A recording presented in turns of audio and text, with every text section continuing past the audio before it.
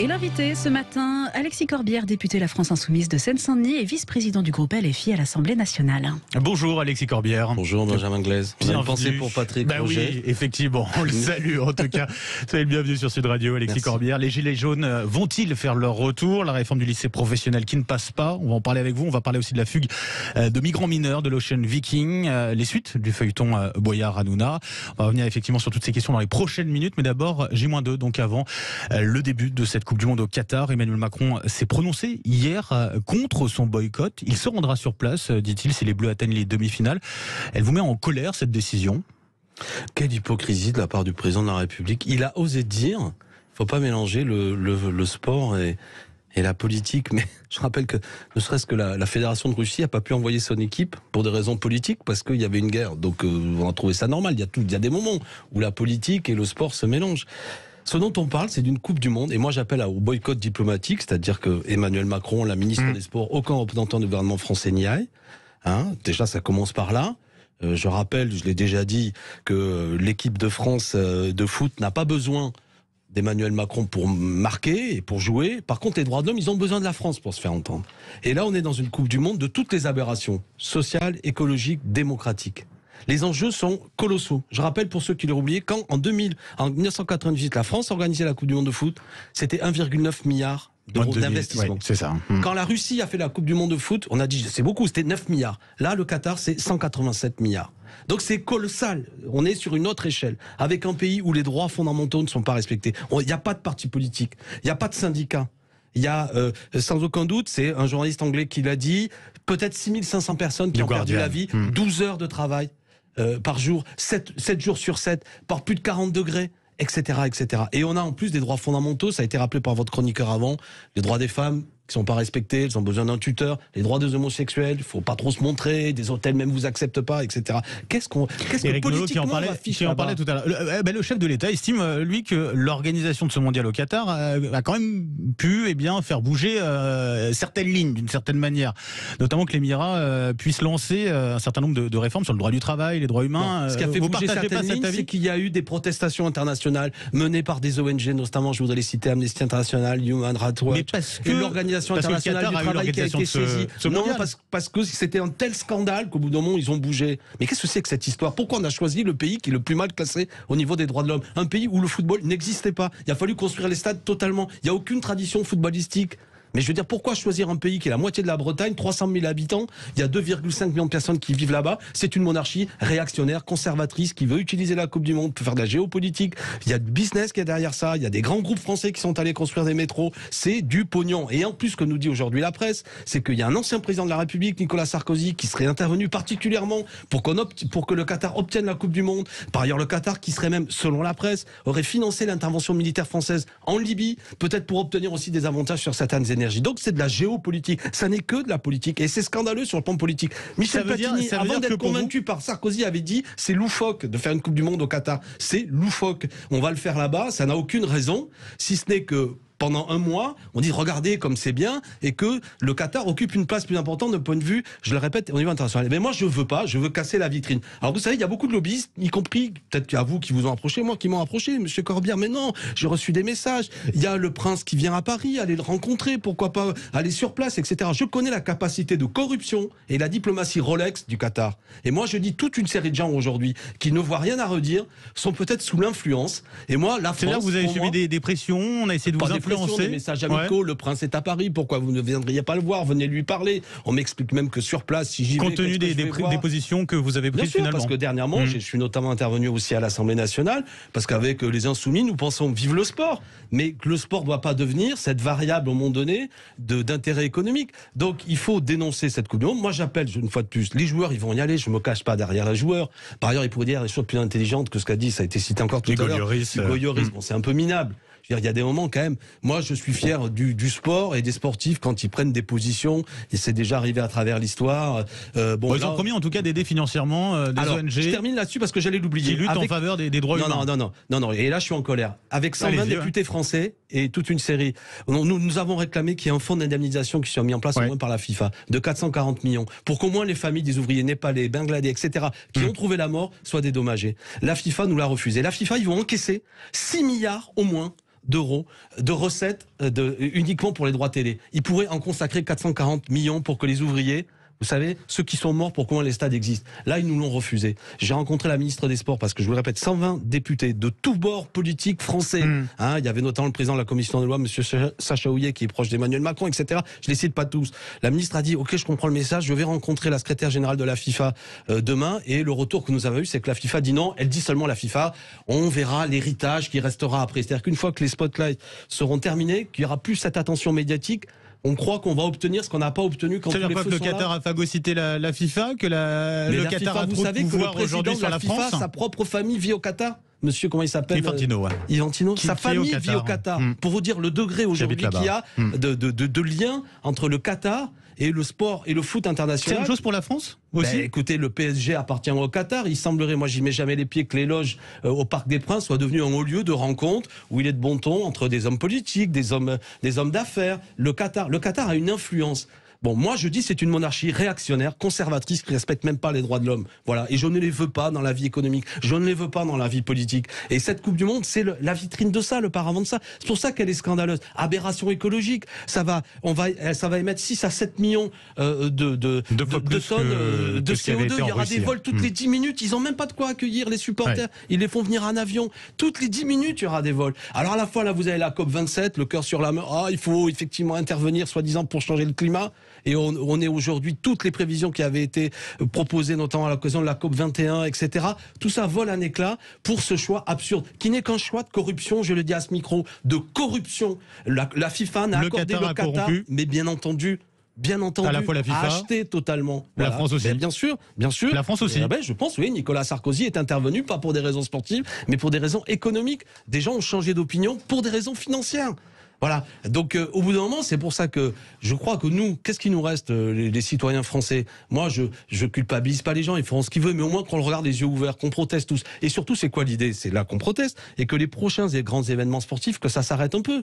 Parce que le prochain qui aura lieu en Amérique du Nord aussi, Coupe du Monde de football, États-Unis, Canada, Mexique, là aussi, aberration écologique de ce qui se prépare. Donc, on peut pas à la fois culpabiliser les Français en leur disant il faut faire un effort écologique, et quand il y a des grands événements sportifs, accompagné généralement évidemment d'une manne financière importante, on fait n'importe quoi. Et on le savait en 2010 que ce serait comme ça. Donc c'est pour ça que je dis, c'est pas la Coupe du Monde, c'est la Coupe immonde, aberration sociale, aberration écologique, aberration démocratique, parce que moi j'applaudirai jamais une monarchie pétrolière où le droit des femmes, le droit des homosexuels, le droit des travailleurs sont même pas respectés. Revenons en France, si vous le voulez bien, Alexis Corbière, avec ce mercredi les ristournes donc de l'État Total qui ont été abaissés à 10 centimes. Il y a comme un petit air de gilet jaune, on a l'impression en ce moment, en tout cas, ça pourrait peut-être revenir. C'est votre impression? Il y aurait de quoi. Ou vous la souhaitez peut-être? Moi, je suis pas. Il faut être modeste. Les conditions qui avaient amené à ce que le mouvement des Gilets jaunes se déclenche sont à nouveau réunies. Encore pire même, 6% d'inflation en moyenne. C'est sur la taxe carbone. Voilà, je veux dire, il y a le prix du carburant est encore plus important, etc., etc. Donc il y aurait de quoi se mobiliser. Souvent, notre principal adversaire pour les gens comme moi, qui sont plutôt en soutien quant à des mobilisations sociales, parce qu'elles arrivent à obtenir des progrès. Notre adversaire, c'est souvent la résignation, le fait que les gens ont un doute généralisé. Mais je leur dis, c'est aussi le moment de se faire entendre. Il y a des secteurs professionnels où les gens qui sont mobilisés ont obtenu des choses. Là, ce qui est paradoxal sur la question du carburant, c'est qu'on a des groupes qui font des profits colossaux. On a l'exemple de Total, qui font en 6 mois 18 milliards de bénéfices, et à qui c'est l'aide publique qui aide à ce que le prix du carburant soit moins important à la pompe. Alors que moi, je pense qu'à un moment donné, il y a des groupes, il faut leur dire gentiment, stop, vous ferez moins de profit, on bloque les prix, c'est ce que nous avons proposé, et éventuellement, c'est sur vos marges un peu qu'on va jouer. Parce que c'est pas le contribuable qui, avec ses impôts, va éviter éventuellement que le prix de l'essence, qui est indispensable pour beaucoup de nos concitoyens, qui ont besoin de leur voiture pour aller travailler, effectivement. Bien sûr, les gens ne prennent pas la bagnole. Est-ce que vous appelez, justement, comme à l'image de Fabien Roussel, les Français à réinvestir les ronds-points? Oui, bon, je sais pas si c'est Fabien Roussel le plus allant sur cette affaire, mais si Fabien le dit, tant mieux. Je veux dire, moi j'invite à ce que les gens... Les relations sont un peu compliquées avec lui en ce moment. Non, pas du tout, mais parce que j'avais pas souvenir que sur les Gilets jaunes, c'était à l'époque le plus en soutien, mais c'est pas grave. Non, franchement, j'ai tort même de polémiquer là-dessus. Il dit ce qu'il veut. En tout cas, vous êtes d'accord avec lui. Enfin, en tout cas, vous pensez que les Français doivent réinvestir les Français. Mais pourquoi pas? On aura compris. Fabien, si tu m'écoutes, il y a pas de problème.